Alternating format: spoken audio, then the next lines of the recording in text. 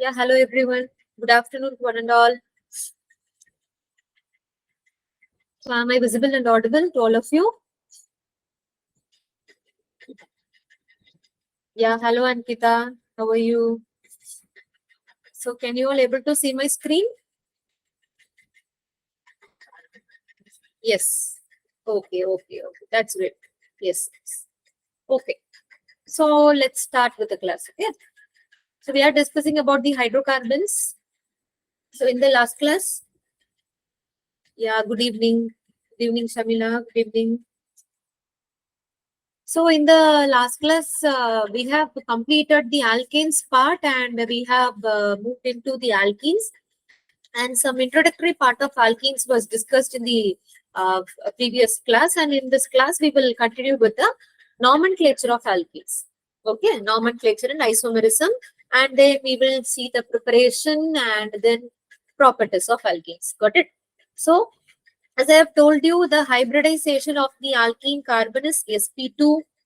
Okay, and the geometry is trigonal planar, and some etc. Introductory part we have discussed. Okay, so moving on to the nomenclature of alkenes for today.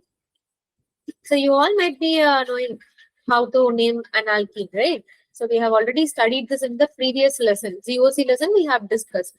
So just to revise it, let me explain this with few examples. Okay, so the suffix used in the alkenes is ENE, right? So for the C double bond C containing system, we have to use ENE as the suffix, and you have to select the longest carbon containing chain, okay, which contains the double bond as the parent chain.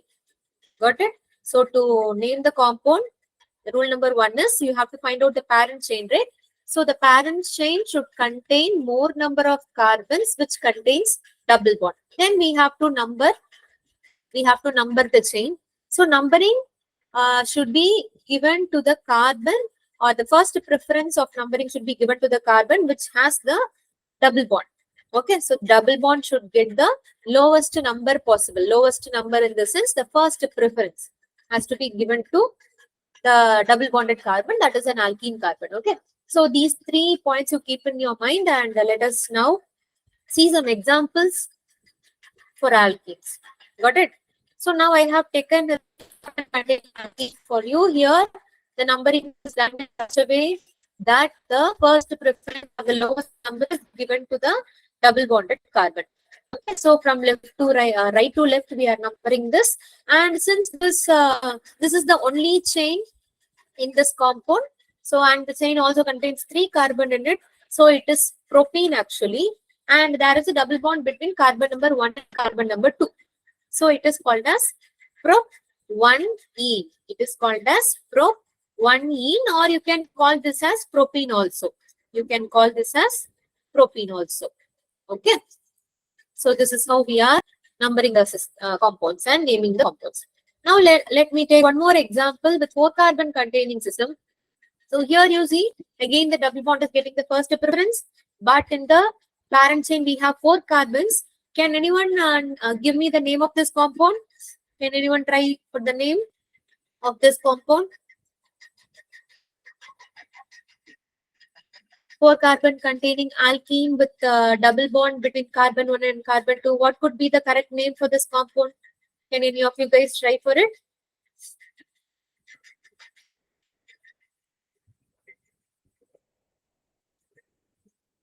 Anybody?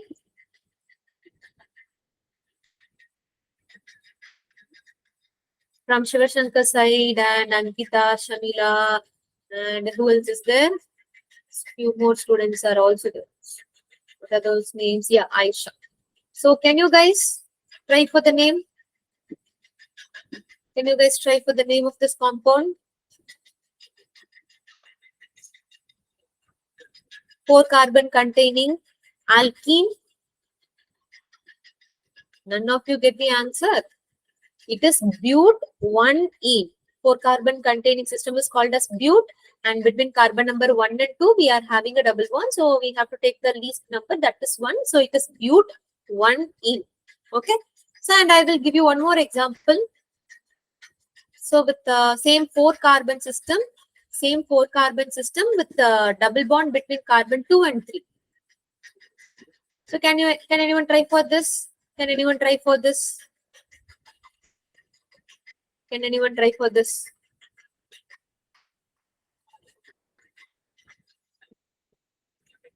Just give a try, students. Give a try. So all of you can hear me and see the screen, right?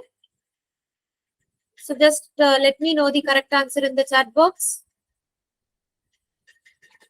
So just give a try. Your answer may not be correct. Okay. So just give a try. So 4-carbon means again it should be a bute. It should be bute, right? So between 2 and 3 there is a double bond. So it is bute 2-ene. So in the last compound the name was bute 1-ene and this compound is called as bute 2-ene. Okay. So now coming to one more compound. So there are 2 double bonds here in this compound. We have 2 double bonds between 1 and 2 and 3 and 4. So now, how to name this type of compound with the 2 double bond or more than 2 double bond containing system? So just you write the root word as it is. Okay. So root word is again bute. So it is buta. It is buta 1, 3 diene because 1 and 2 1 and between 3 and 4 you have to take the 3. So there are 2 double bonds. So it is diene. It is what called as diene. Okay. So buta 1, 3 diene is the name of this compound. Okay. So we'll see one more thing. Yeah, the same thing. The same thing. Yeah. So this is about the nomenclature of alkenes. It is very easy. And if you find any branch in the parent chain, you have to go for the branching first, then give the root word and then go for the suffix, that is alkene. EN. Okay. So it is very easy. Now next we will jump to the isomerism in alkenes. Okay. Isomerism. So alkenes mainly shows geometrical isomerism. We do have 2 different types of isomerism, right? One is structural and the other one is stereoisomerism. So in structural isomerism, we have chain, positional, functional, and metamerism. So alkenes in some cases, they will show chain, positional, functional isomerism also. But the very main isomerism that is shown by the alkenes is geometrical isomerism, which is coming under the stereoisomerism part. Okay. So now let us discuss that geometrical isomerism. So in which compound the geometrical isomerism arises? In which compound the geometrical isomerism arises? Already we have discussed this in the previous lesson. So it arises in the compound which contains carbon-carbon double bond or carbon-nitrogen double bond or nitrogen-nitrogen triple bond, etc. Okay. So the compounds which contain double bond and triple bond, they will exhibit this geometrical isomerism. So the restricted rotation around the double bond leads to this type of isomerism. So if I take this type of compound, here the compound is C double bond C, and here it is hydrogen. Both are hydrogen, and to the first carbon also both are hydrogen. Okay. Now if you see, we have a sigma bond and pi bond between the carbon-carbon double bond. Sigma bonds are formed by the head-on overlap of the orbitals. This is the sigma bond. And pi bond is formed by the unhybridized p orbital. Sideways overlap of the unhybridized p orbital. So in this picture, you can see the sideways overlapping of the unhybridized p orbital of each carbon. Okay. Now, if we try to rotate that, the interaction will be broken down. So the rotation is restricted. Carbon-carbon, the pi bond rotation is restricted. So due to this geometrical isomerism arises. Okay. So you see this. So the carbon-carbon double bond is there, and to both the carbon, we have 2 dissimilar groups. 2 dissimilar groups. So at least 2 groups should be different. At least 2 groups should be different for a compound to exhibit geometrical isomerism. Okay. So you can see here A and B. There are 2 groups. And this is called as cis isomer because the similar groups are present on the same side of the double bond, right? So it is called a cis isomer. If the similar groups are present on the opposite side of the double bond, then it is called as trans isomer. Okay, it is called as trans isomer. So this type of cis and trans isomers are otherwise called as geometrical isomers. Okay, and you should keep in mind that the two dissimilar groups should be like this. If one is A here and the other one should be A here. Okay, and B, it should be like this. This is correct. And if the groups are present like this, A, both A to the same carbon and both B to the another carbon, means this type of compound will not exhibit geometrical isomerism. Okay, so the similar groups should be attached with the carbon-carbon double bonded system. Both the groups should not be attached with a single carbon. Got it? So this is the criteria. And here in this part, you should not get confused. Okay, it should be very clear in this. So now let us discuss this cis and trans isomerism with an example. So I have taken butene as an example for you. Okay, so what is the formula for butene? It is a 4-carbon containing alkene with double bond between carbon number 2 and carbon number 3. Right, so this is the butene. This is carbon number 1, 2, 3 and 4. Okay, so there is a double bond between 2 and 3. So if I want to draw the cis isomer for this, what I have to do? First, I have to take the C double bond C. Okay, that is carbon number 2 and carbon number 3. So to carbon number 2, you can see that one methyl group is attached and one hydrogen is attached. So let me draw the methyl group here and the hydrogen here. And to the third carbon also one hydrogen is there and one CH3 is there. So let me draw the CH3 here and H here. Okay, now this is carbon number 1, this is 2, this is 3 and this is 4. Okay, now you can see that the similar groups means the same group. So they are attached on the same side of the double bond. Okay, so this is called as a cis isomer. This compound is called as cis butene. The name of this compound is cis butene. Suppose if the CH3 is on the opposite side, if both the CH3 is there on the opposite side of the double bond, then it is called as trans butene. Okay, clear for all? So do any of you have any doubt here in the geometrical isomerism of alkenes? If everything is clear to you, just give me a thumbs up or type yes in the chat box.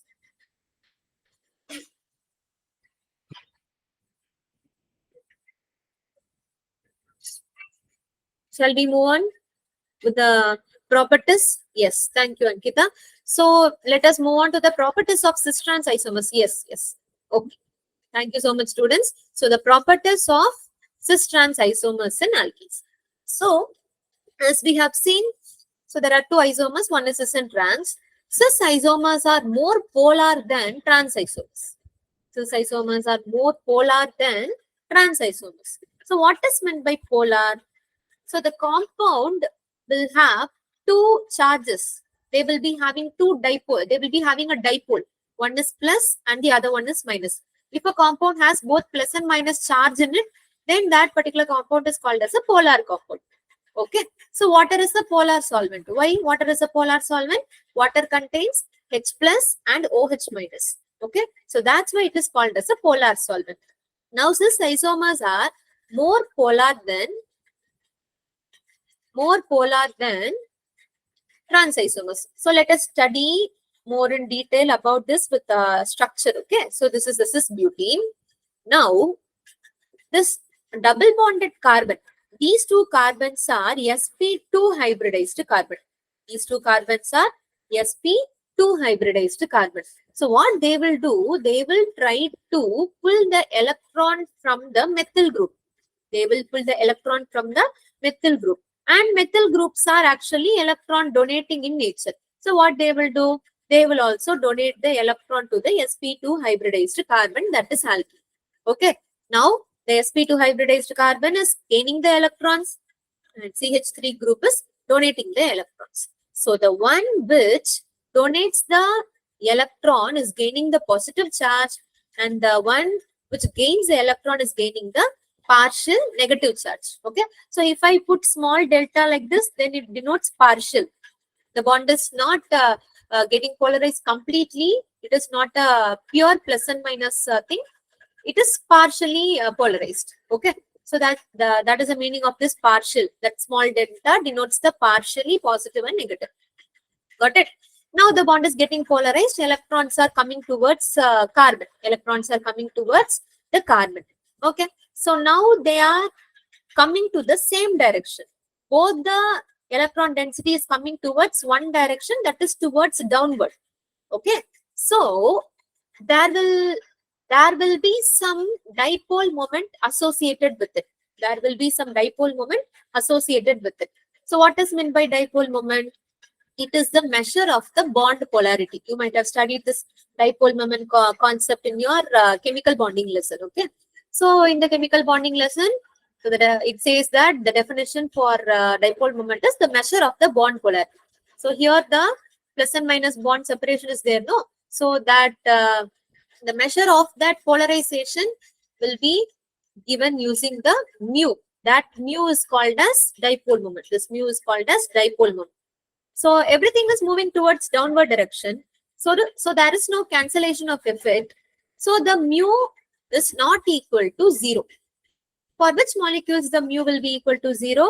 For symmetrical molecules, the mu will be equal to 0. Dipole moment will be equal to 0. But this molecule is not symmetrical. So all the electron density is moving towards one direction. So there will be some dipole moment associated with this molecule. So it is not equal to 0. Okay. Now coming to the trans, okay, coming to the trans, there is also charge separation in trans. There is also charge separation in trans. Since methyl group is the electron donating group, so here this methyl group will donate the electron from top to bottom to this carbon, and here the second carbon will take the electron from the methyl group which is at the bottom. So now in this structure, if you see, both are equal and opposite. Both are equal and opposite, right? So they will get cancelled. The effect will get cancel each other, and we cannot measure the bond polarity. So the dipole moment will be equal to 0. Dipole moment will be equal to 0. So now the plus minus charge separation, that is the polarity, can be observed only for cis isomer and not for trans isomer. So that's why cis isomers are more polar than trans isomers. Got it? Now coming to the next point of this, the boiling point. So first point is about the polarity. Now the second point or the second property is about the boiling point. Now the cis isomer is having the highest boiling point compared to trans isomer. Okay, since the two bulky groups, comparison with this hydrogen is a very small atom. Compared to hydrogen, CH3 groups are little bit bulky, right? So two bulky groups are present on the same side. So the molecule will have to boil very late, and so they will be boiling only at very high temperature. Okay, because the interaction is very strong. So the bond has to be broken down. They will be broken down, but it will be broken down only at high temperature.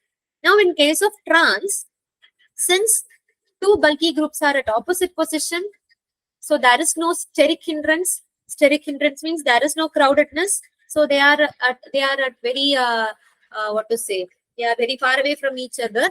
So they will get boiled easily. So all the bonds will be broken down easily. So they will get boiled easily. Okay. So cis isomer is having the highest boiling point compared to trans isomer. So this is about the properties of geometrical isomers. So I hope this concept is clear to all of you. Am I right? If I am right, just put this in the chat box, or if you're having any doubt, you can ask me. If you're having any doubt, you can ask me. Okay. Okay. So now next we'll go for the preparation of alkenes, which are very, very important. So preparation of alkene is very important. So there are only 4 preparations we are going to study. Okay, there are only 4 preparations. So the first preparation of alkene is from alkynes. So you might have remembered that We have prepared alkanes from alkenes, right? The first preparation of alkane is from alkenes only. We have prepared alkane. From double bond only we have prepared single bond system. And now we have to prepare the double bond from a triple bond. Okay. So we have to take an alkyne. So we have to take an alkyne. So what you do? Add the hydrogen in presence of palladium and carbon. In presence of palladium and carbon. So it is also called as pelladized charcoal, which is called as the Lin-Lars catalyst. So this is the Lin-Lars catalyst. Okay. So now what I have to do? I have to break one of the pi bond and I have to add one hydrogen to one carbon and another hydrogen to the second alkyne carbon. Okay. R groups are nothing but the alkyl groups. R and R dash, they are alkyl groups. Alkyl groups are methyl, ethyl, propyl. So those are alkyl groups. It can be anything. Okay. It can be hydrogen or it can be some other alkyl groups also. Okay. Now on addition of this hydrogen to this pi bond or to this triple bond in presence of palladium and carbon leads to the cis alkene, leads to the formation of cis alkene. So Lin-Lars catalyst can be used only to prepare the cis alkene. So why it is called as cis alkene? The similar groups are present on the same side of the double bond. So it is called as cis alkene. So here if you see the two hydrogens which are similar, they are present on the same side of the double bond. If I want to prepare trans alkene, what I have to do? So if I use the same Lin-Lars catalyst, I will not get. So I have to use some other catalyst. And that some other catalyst is the sodium in presence of liquid ammonia. Sodium in presence of liquid ammonia. Okay, this is called as the Birch reduction. This is actually the Birch reagent. And this reduction is called as Birch reduction. Okay, BIRCH. Now, in the same way, you break one of the double bond, add one hydrogen to this carbon and another hydrogen to this carbon. So, you will get a trans alkene. So, you can find the two similar or dissimilar groups. They are on the opposite side of the double bond. Got it? So, if you want to prepare cis alkene, go for Lin-Lars catalyst. That is palladium metal with carbon. If you want to prepare trans alkene, go for sodium metal with liquid ammonia. That is Birch reagent. Got it? Mechanism is very easy. Just break the bond and add the hydrogen. That's all. Addition of hydrogen to alkenes leads to the alkene. Okay. So I hope these two reactions are clear to you. Now let us solve one question based on this two reactions. Okay. So what product will form in the addition of hydrogen to but2-ine in the presence of Lin-Lars catalyst and in the presence of sodium in liquid ammonia? So I will do for Lin-Lars catalyst. You guys do for sodium in liquid ammonia and give me the name of the product. Okay. So first of all, we have to draw the structure of but2-ine. So but means that should be 4 carbon. But means that should be 4 carbon with the triple bond between 2 and second and third carbon. Okay. So 1, 2, 3, 4 between second and third carbon, we are having a triple bond. This is but2-ine. So if I want to add the Lin-Lars catalyst, that is palladium and carbon, what I will get? I will get, just I have to break this bond and I have to add the hydrogen like this. If I do like this, I will get a cis product. Cis but2-ene is formed. Cis but2-ene is formed. Now you guys do for this sodium in liquid ammonia and give me the name of the product. The formula for the product will be same. Formula for the product will be same, but what is the name of the product? Very easy, right? What is the name of the product, students? For sodium and liquid ammonia?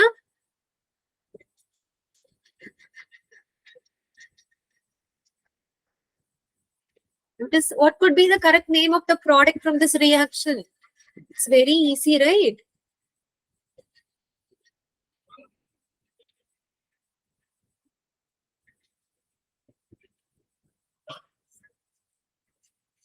Why all of you are so silent today?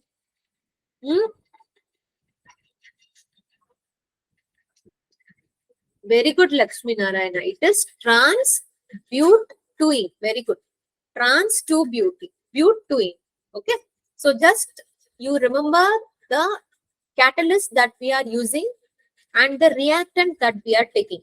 Okay. So to this particular reactant, if I add this particular reagent, I will end up with this particular product. Okay. So that type of conceptual, with that conceptual understanding, you have to study the reactions. Got it? Now moving on to the second preparation, that is from alkyl halides. Second preparation of alkene is from alkyl halides, and the other name for this reaction is dehydrohalogenation.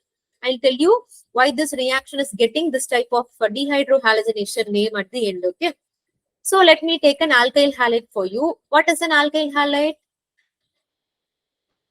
The compound which contains a halogen and an alkyl group is called as alkyl halide. Okay. Halogens are denoted by the letter X. The compound should contain some X and the alkyl group. Okay. Now to this alkyl halide, I'm going to add alcoholic KOH. Alcoholic KOH, and then I'm going to heat this compound. Okay. By adding this alcoholic KOH, I am ending up with alkene. Halogen is basically the chlorine, bromine, and iodine. Now, how does this alkene has formed from this alkyl halide? So, let me start from the reagent. Reagent is alcoholic KOH. I have to separate this as K plus and OH minus. Okay. So, the negative part of this potassium hydroxide, that is OH minus, it will go and attack the beta hydrogen from the alkyl halide. Now, who is the beta hydrogen? The halogen attached carbon is alpha carbon, and the carbon which is adjacent to it is called as beta carbon. And the hydrogens which are attached to these beta carbon, let me take this as also hydrogen. Let me take all these as hydrogen. Okay. Yeah. Now, to this beta carbon, 3 hydrogens are attached, and all the 3 hydrogens are called as beta hydrogen. One of the beta hydrogen is getting attacked by this OH minus, and the bond is shifting here, and the carbon halogen bond is broken down. Okay. So because of this, I am getting CH2 double bond CH2. Okay. Now who has gone out? OH minus is taking this H. So both of them will go out as H2O, and the halogen which is coming out from this alkyl halide, it will go and combine with the potassium in the alcoholic KOH, and it will go out as KX. Okay. Got it? So basically from this alkyl halide, we are removing one hydrogen and we are removing one halogen. So HX is removed. So one hydrogen and one halogen is removed from the reactant. So that's why this reaction is called as dehydrohalogenation. That's why it is called as dehydrohalogenation. Got it? So it is very easy. So beta hydrogen is removed, and that's why the name of this reaction is beta elimination reaction. Beta elimination reaction. So these are the other names for this reaction: dehydrohalogenation, beta elimination. These are the different types of names given to this reaction. It is also called as beta elimination. It is there in the slide. Now, if you want to see the mechanism, same mechanism which I have drawn now using this pen, is going to be the same here for you. Yeah, OH minus is attacking the H, the bond shifts here, and CX bond is broken down to form the alkene. Okay. Now, we should know the order of the rate of the reaction. We should know the order of the rate of the reaction. So, we do have different types of alkyl halide. So, we don't have which one, my dear? The same mechanism part of this beta elimination reaction.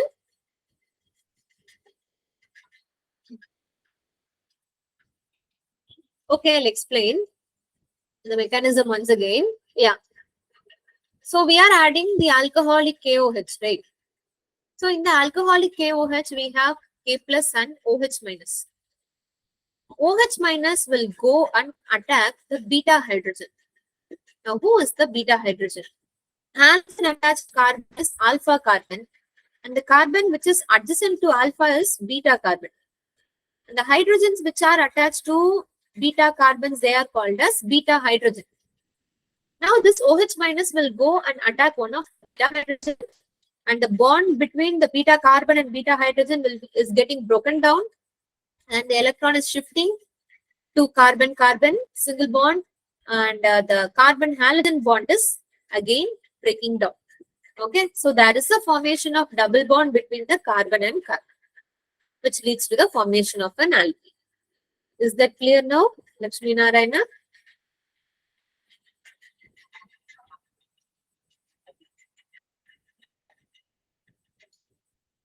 Is it okay? Is it okay, my dear? Shall we go with the order of rate of reaction?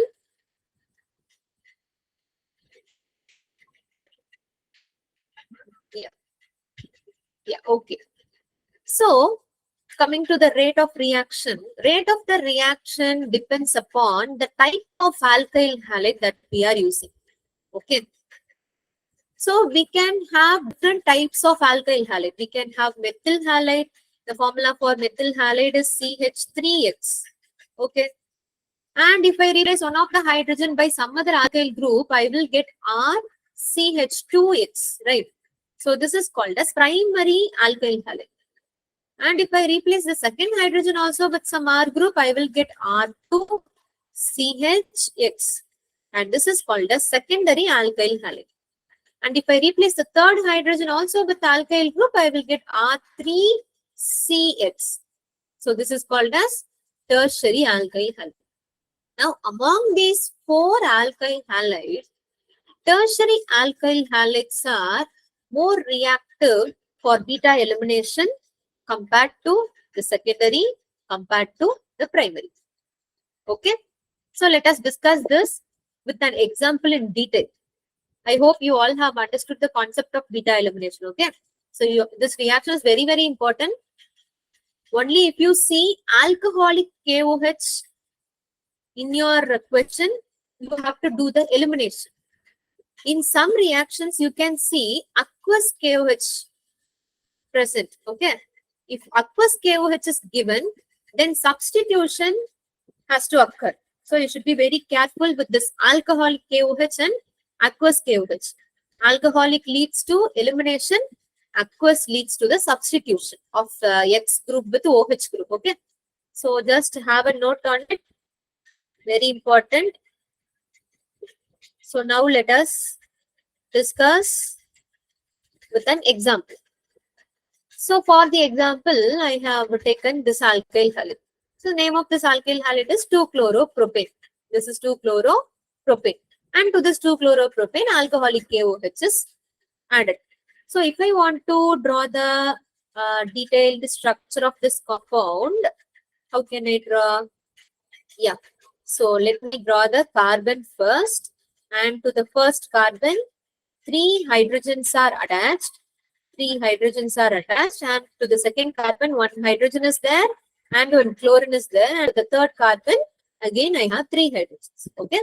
So this is the complete structure of the given reactant. Okay. Now beta elimination has to occur, right? So just to take the OH minus of this reagent and attack the beta hydrogen. Who is the beta hydrogen? This is chlorine. Chlorine attached to carbon is alpha carbon. And we have 2 beta hydrogens here. Because 2 beta carbons are there. 2 adjacent carbons. So both are beta only. So we can eliminate either of the 6 beta hydrogens. Okay, all the 6 beta hydrogens will lead to the same product only. Because both are same. All the 6 hydrogens are same. It's the same product because it is symmetrical in nature. Got it? So for better understanding, I will take out this hydrogen and the bond, the CH bond will shift here and this CCl bond will be broken down like this. So this will lead to what type of product? CH2 double bond, CH2 double bond, CH and here CH3. Okay. CH2 double bond CH and CH3, CH2. Okay, both are same anyway. Okay, CH2 double bond CH, CH3. If you attack this side, right side, the beta hydrogen, you will end up with the product given in the slide. Okay, so this is the product that you are getting from the beta elimination of the given reactant. So what is the name of the product? The name of the product is propene, the carbon containing alkene, right? So it is called as propene. Now I'll give one more reactant for you. Now for this particular reactant, we will get two different types of product. So why two different types of product? Because CH3, CH2, CH, Cl and CH3. This is the reactant, right? So this is your alpha carbon, halogen attached carbon, and this is one of the beta hydrogen. This is the another beta carbon. So two different beta carbons we are having. If you eliminate one of this beta hydrogen, double bond will be formed here. So because of that, you will get this first product. Okay. And if you eliminate the second beta hydrogen here, you will get a double bond here between carbon number 2 and 3. So we will end up with the second product like this. So now why two different products are formed and which one will be the major product? Which one will be the major product? So that has to be determined from the number of alpha hydrogen attached with the alpha carbon. Okay. So we are getting two different products. Now to find out which one is major, you have to check for the number of alpha hydrogen present in the alpha carbon. Okay. Now in the first case, if you see, so there are two alpha hydrogens. There are two alpha hydrogens on the elimination. In the second alkene, if you see, there are 6 alpha hydrogen.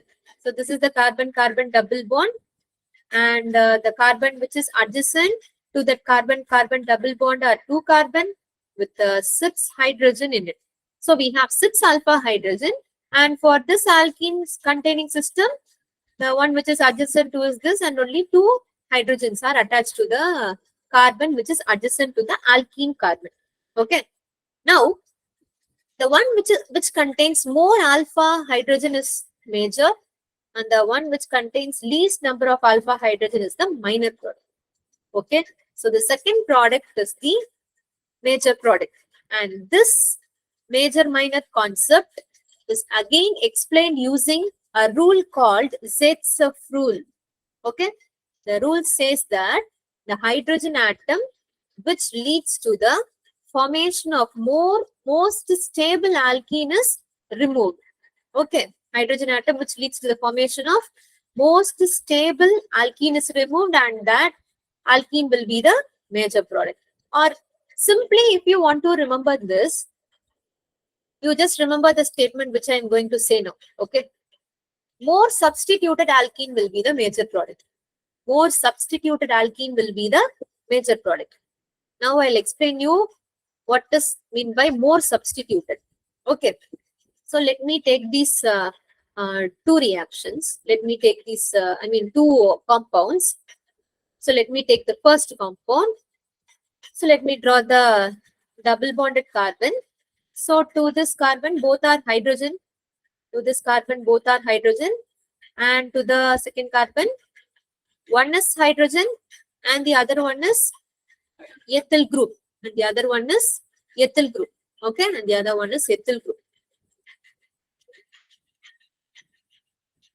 Let me erase all these marks. Okay. So if this is carbon number 1, 2, 3, and 4, and this is carbon number 1, 2, this is 3 and 4. Okay. So to the second carbon, one is hydrogen and the other one is ethyl. So 3 of the atoms are hydrogen and one is the ethyl group for the first product. Coming to the second product, 1, 2, 3, 4. So this is your carbon-carbon double bond, that is carbon number 2 and 3. And to carbon number 2, one is hydrogen and the other one is methyl group. And to the carbon number 3, one is hydrogen and the other one is methyl group. So this is carbon 1, 2, 3 and 4. Okay. Now 2 of the hydrogen are getting substituted by 2 methyl groups. So this first compound is called as mono-substituted compound and the second product is called as di-substituted product. Okay. Which is more substituted? Obviously di, right? So 2 hydrogens are substituted by alkyl groups. So second product is the compound which contains a more substitution. So more substituted product will be the major product. More substituted alkene will be the major product. This is called as ZSF. So in this way also you can find out the major product. Got it? If you are getting confused with the alpha hydrogens, then go for the statement which I have said now. Okay. More substituted alkenes will be the major product. So to know the or to understand the statement, just go for the thing which I have told now. Okay. More substituted alkene is the major product. So any doubt in this for anyone? Shall we go with the third preparation of alkenes? First preparation is from alkynes. There we use 2 different reagents. Yeah, and the second reaction is from alkyl halides. And it is also called as dehydrohalogenation and beta elimination. So while doing beta elimination, if you are getting 2 different types of products, and for those things, go for the compound which has more substitution, okay, as the major product. Very important. In NEET 2021, we got a question from this part, right? Okay, so I'll move on to the third preparation of alkene, that is from vicinal dihalide. So what are vicinal dihalides?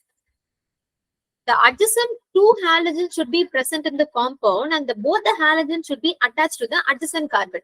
So those compounds are called as vicinal dihalides. So I am taking a vicinal dihalide compound and I am going to add a zinc. Okay. So zinc is actually a good dehalogenating agent.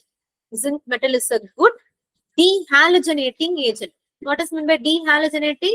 Halogens are going to get removed from the reactant. Okay. Now this zinc metal, it will go and remove the halogens of the reactant and comes out as ZnX2, which leads to the formation of alkene. One of the bond will shift here. We will get a double bond between the carbon and carbon, and the zinc halide ZnX2 will come out. Okay. So let's see an example. Very easy reaction. So let me take an example for you. So I have taken 1,2-dibromo-ethane. So this is 1,2-dibromo-ethane. It is 1,2-dibromo. So this is the structure. Okay, for your better understanding. So this is a structure. 1,2-dibromo. Between carbon number 1 and 2, bromine is attached now. So 1,2-dibromo-ethane, and to this zinc metal is reacting. So what happens? ZnBr2 will come out, leading to the formation of CH2 double bond CH2. Okay, plus ZnBr2. So what is the name of this alkene? It is ethene. Since it contains only 2 carbon, it is called as ethene. Okay. If I am having 3 carbon, if I am having a 3 carbon containing alkyl halide like CH3, CHBr, and CH2Br. If I am having an alkyl vicinal dihalide like this, now on reaction with zinc, what is going to happen? ZnBr2 will come out. There will be a formation of double bond. So CH3, CH double bond CH2 plus ZnBr2. Okay. So what is this? This is 3 carbon containing alkene called propene. Okay. So whatever might be the reactant, if you are finding the 2 halogens are adjacent to each other, that is if you are finding a vicinal dihalide in your compound, and if that compound is treated with zinc metal, just close your eyes and remove the ZnX2 part and put a double bond between the carbons which carries those halogens. Okay. So that's all. You will end up with the product, and only one product will form here. We don't have the formation of two products like we have seen in the previous case. Okay. So this reaction is very easy. So this is clear for all, right? Shall we move on with the fourth reaction? That is the last preparation of alkene. Can we go for the last preparation of alkene? Yes. I will try to complete it fast and let you go for the next class. Okay. So it is from alcohols by acidic dehydration. So first I have to take an alcohol, and from the alcohol I am going to remove the water. That's why this reaction is called as dehydration. Now how I am going to remove the H2O, that is water, from the alcohol? By using an acid. By using an acid. So that's why it is called as from alcohols by acidic dehydration. So let me take an alcohol. Alcohols contains OH group in it. And if this alcohol is treated with concentrated sulfuric acid and then on heating, it will lead to the formation of alkene and H2O is removed. Okay. So what is the role of this concentrated sulfuric acid? It is the dehydrating agent. Concentrated sulfuric acid is your dehydrating agent. Okay. So what it will do? It is same as that of the beta elimination. Okay. OH attached to carbon is alpha and the carbon which is adjacent to it is called as beta. So come and remove this hydrogen, beta hydrogen, shift the bond here and break this COH bond. Okay.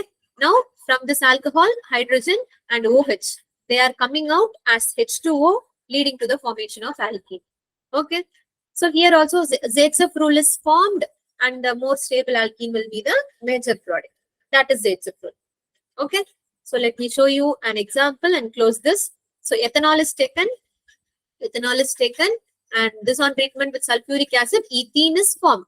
If I take propan-2-ol, I will get propene. If I take butan-2-ol, I will get butene. Okay, so this butan-2-ol is following Zaitsev rule because two different products can be formed. Two different products. So for this OH, this is alpha, this is also beta, and here this one is also beta. If this beta hydrogen is removed, there is a formation of double bond here, right? So it will give rise to CH2 double bond CH, CH2, CH3. So this is the product that you are getting if you are removing this beta 1 hydrogen. If I remove this beta 2 hydrogen, there is a formation of double bond here. And that is the product given here. But-2-ene, and this is called as but-1-ene. This is called as but-1-ene. So but-2-ene is the major product because it is more substituted, which follows Zaitsev rule. Okay. So the other one, but-1-ene, is the minor product of this compound. So like this, with the same beta elimination mechanism, we can get the corresponding alkenes from the alcohols. The role of H2SO4 is the dehydrating purpose. Got it? So this is about the preparation of alkenes. And in tomorrow's class, we will discuss the properties of alkenes, physical properties and chemical properties of alkenes. Okay. So I hope today's session is useful and clear to all of you. So just go and study this preparation part and the nomenclature isomerism part of alkenes and come for the next class. Okay. If you're having any doubt, you can put it in the chat box now. Otherwise, we will meet tomorrow. Okay. No doubt, students. If you're having any doubt, you can tell me. So everything is clear? Everything is clear to all of you? Yes. Okay then. Yeah. Thank you. Thank you so much, Lakshmi Narayana. Thank you to all.